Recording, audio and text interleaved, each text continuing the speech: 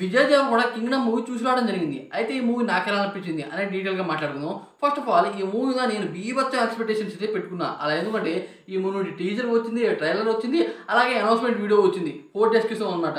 ఇలా ప్రతిదీ విధ్వంసం క్రియేట్ చేసేది అయితే ఉంది. కానీ మూవీలో అన్నమాట ఆ రకంగా అయితే లేదు. డైరెక్టర్ గౌతమ్ అన్నమాట స్టోరీ మీద డిపెండ్ అయ్యారు. కొన్ని సీన్స్ అనమాట కొద్దిగా లోగా అనిపించాయి నాకైతే. విజయ్ దేవరకొండ పర్ఫార్మెన్స్ అయితే చాలా బాగుంది. చాలా మూవీస్ కంపేర్ చేస్తే మూవీకి 100కి 100 ఇచ్చాడు నాకైతే అనిపించింది. ఆ తర్వాత సత్యదేవ్ గారి క్యారెక్టర్ మాత్రం వేరే లెవెల్తో ఉంది. ఈ మూవీలో ఇంకో ట్విస్ట్ ఏంటంటే భయ్య, ఈ మూవీకి సెకండ్ పార్టే ఉంది. నేను దీని గురించి ఎప్పుడో మాట్లాడాను, కానీ ఎవరు నమ్మలేదు. ఎప్పుడైతే థియేటర్లో చూసి చాలా మంది షాక్ అవుతున్నారు. సెకండ్ పార్ట్కి మంచి లీడ్స్ అయితే వదిలారు. విజయ్ దేవరకొండని ఎక్కడ హైలైట్ చేయాలో అక్కడే హైలైట్ చేశారు. కొన్ని సీన్స్లో మ్యూజిక్తో కూడా లేకపోవచ్చు సీన్స్ని, కానీ అనిరుద్ధ్ అనమాట ఈ రకంగా అయితే ఇవ్వలేదు నాకు అనిపించింది. జైలర్ మూవీలో అనమాట ఏమాత్రం లేని సీన్ని మ్యూజిక్తో లేపాడు, ఇది అందరికీ తెలిసిందే. కానీ ఈ మూవీలో మంచి సీన్స్ ఉన్నా సరే వాటిని అనమాట మంచి ఎలివేషన్ అయితే చేయలేదు నాకు అనిపించింది. కొన్ని చోట్ల మాత్రమే బాగున్నాయి. విజయ్ దేవరకొండ అయితే లేయర్గా పర్ఫార్మ్ చేశాడు అని క్లియర్గా చెప్పొచ్చు. మనం ట్రైలర్లో చూసింది ఒక లెక్క, మూవీలో చూసేది ఇంకో లెక్క. మూవీలో మాత్రం మనకి ఆ రకం కాకుండా వేరే రకంగా అయితే అనిపిస్తుంది. సాంగ్స్ కూడా బయట ఒకలా అనిపించాయి, కానీ థియేటర్లో ఇంకోలా అనిపిస్తాయి. సాంగ్స్ కూడా డీసెంట్గానే ఉన్నాయి, డీసెంట్గా మెయింటైన్ చేశారు నాకైతే అనిపించింది. నాకు ఒకటి అనిపించింది భయ్య, ఏంటంటే ఇంత హైప్ ఇచ్చిన మూవీకి ఇంకొద్దిగా బెటర్ చేసి ఉంటే బాగుండేది. నాకు 80% తీశారు, ఇంకా 20% బెటర్గా చేసి ఉంటే బాగుండేది నాకు అనిపించింది. దీంట్లో భాగ్యశ్రీ బోస్ గారి క్యారెక్టర్కి అంత ఇంపార్టెంట్ అయితే లేదు.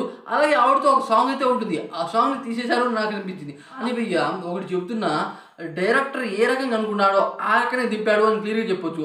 ఆ రకంగానే ఉంది. ఎందుకంటే హీరో క్యారెక్టర్ అనమాట అప్ అండ్ డౌన్ చేస్తూ అయితే దింపాడు. అది వేరే లెవెల్గా అనిపించింది.